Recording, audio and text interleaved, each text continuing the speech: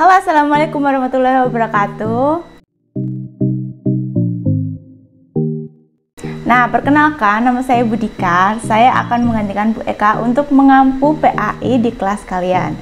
Nah, sayang sekali untuk pertemuan pertama kita dilakukan secara online karena ada kegiatan di sekolah. Jadi untuk kali ini kita melalui online dulu. Nah, untuk mengikuti kelas ini, kalian wajib memiliki modul ini, PAI dari sekolah ya. Oke, sekarang disiapkan. Tunggu.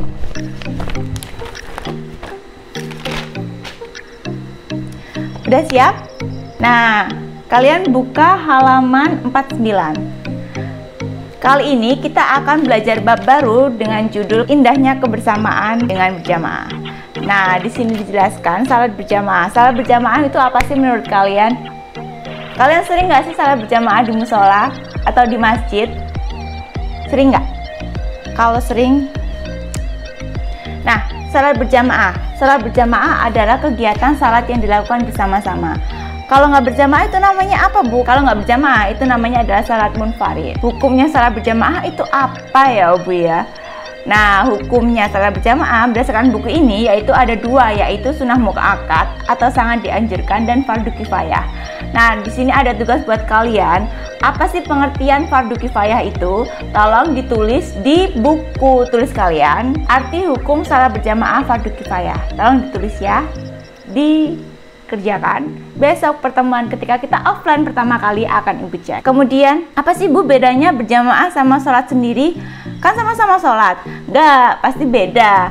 Nah, salat berjamaah ini menurut hadis riwayat Bukhari nomor 645 dan hadis riwayat Muslim nomor 650 artinya adalah salat berjamaah lebih baik 27 derajat dibandingkan salat sendirian. So, it's mean artinya salat berjamaah itu 27 kali lebih baik daripada salat sendirian. Jadi kalian punya nilai plus kalau kalian salat dilakukan secara berjamaah. Paham ya sampai di sini ya? Salat dikatakan salat berjamaah ketika yang pertama ada syarat-syaratnya ya untuk salat berjamaah. Yang pertama itu ada imam. Yang kedua ada makmum yang mengikuti imam. Kalau nggak ada makmum yang ngikutin imam, kalian tahu makmum kan? Makmum itu orang yang ngikutin imam itu loh kalau di masjid. Itu namanya istilahnya makmum. Nah, imam itu yang di depan ya. Dan yang ketiga makmum yang sesuai sholat dengan imam. Jadi maksudnya nggak mungkin kan ada makmum sholat sendiri di belakang imam. Berarti dia sholat sendiri-sendiri, bukan sholat berjamaah. Kalau kayak gitu, kalau imam makmum itu nggak ngikutin imamnya. Paham nggak sampai di sini? Jadi kalau sholat berjamaah itu syaratnya adalah ada makmum yang di belakang itu ngikutin imam. Wajib, itu hukumnya wajib. Kalau makmum ini nggak ngikutin imam dan imam sholat sendiri, makmum sholat sendiri, itu namanya sholat sendiri-sendiri. Oke? Understand sampai di sini? Paham kan? Kemudian yang keempat adalah salat yang dikerjakan antara imam dan makmum dalam satu majelis. Nah, untuk pengaturan safnya, kalau kalian itu salat jamaah di masjid, itu yang cewek di barisan paling depan apa barisan paling belakang? Ayo, jawabannya apa? Untuk pengaturan safnya, itu laki-laki ada di depan, perempuan ada di belakang. Bisa juga perempuan ada di samping kiri. Cuman saf pertama laki-laki dan perempuan itu yang perempuan agak ke belakang, lebih belakang. Nggak bisa sama, nggak boleh sama. Gitu ya, paham? Soalnya kan ada masjid yang lokasi sholat, tempat sholatnya itu laki-laki terus perempuan, kanan kiri. Ada yang laki-laki di depan, ada yang perempuan di belakang. Jangan bingung. Kalau kayak gitu jangan bingung. Oke, ada aturannya. Tetap ada aturannya. Kemudian kalau kamu mau jadi imam dan makmum itu tetap ada syarat-syaratnya. Syarat-syaratnya apa aja? Buku halaman 50. Nah, di sini kita baca ya. Syarat menjadi imam: mengetahui syarat dan rukun salat serta hal yang membatalkannya, lebih fasih dalam membaca Al-Qur'an, lebih luas pemahaman agamanya dibanding yang lain, berakal sehat, balik, tidak sedang bermakmum pada yang lain, posisi imam berada paling depan dari jamaah yang lain dan berniat menjadi imam. Jadi syarat menjadi imam itu intinya tuh gini, biasanya lebih tua. Kenapa? Karena dia lebih fasih, biasanya lebih fasih membaca Al-Quran atau hafalan Al-Qurannya lebih banyak. Terus juga ada lebih luas pemahaman agamanya. Jadi kalau kalian ya, sebenarnya kalian satu kelas ini mau jamaah Tapi nggak ada yang lebih tua gitu, nggak ada, cuma satu kelas ini.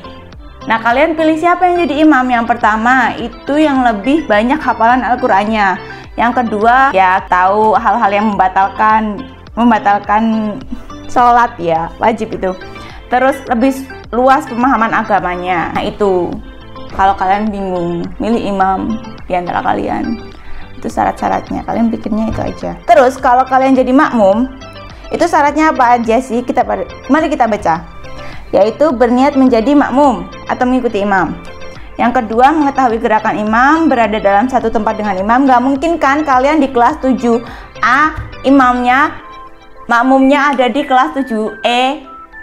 Ini nyambung coy, nggak bisa, itu nggak bisa, bukan sholat gaib, nggak bisa ini. Nah, posisi makmum harus di belakang imam. Paham ya kalau kayak gitu. Salat yang dikerjakan makmum harus sesuai dengan salat yang dilakukan imam. Contohnya, imamnya baru sujud, makmumnya udah ruku. Itu gimana maksudnya? Nggak bisa, nggak boleh. Itu berarti bukan berjamaah. Dia salat sendiri makmumnya.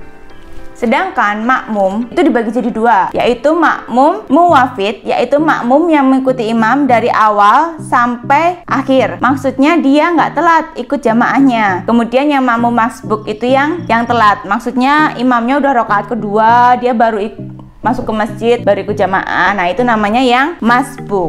Nah kayak gitu. Ada pertanyaan?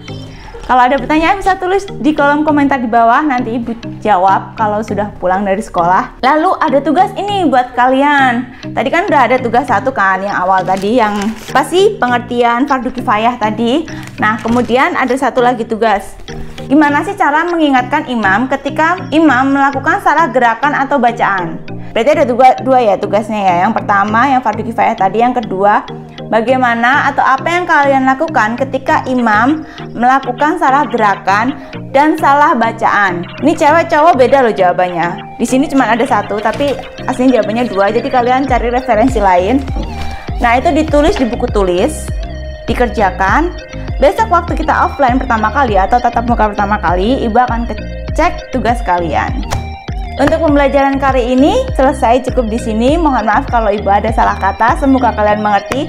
Kalau kalian bingung, tulis aja di kolom komentar atau WA ke nomor pribadi ibu yang ada di grup. Oke, terima kasih. Wassalamualaikum warahmatullahi wabarakatuh.